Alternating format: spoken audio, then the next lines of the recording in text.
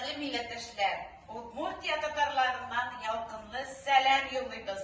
Biz bugün Valizyon rayonuna Kistimoğlu'nun Şişme Şitrevler ansambli hem Sarapul Tatarları bütün Dünya Tatar Kongresi'nde konakta.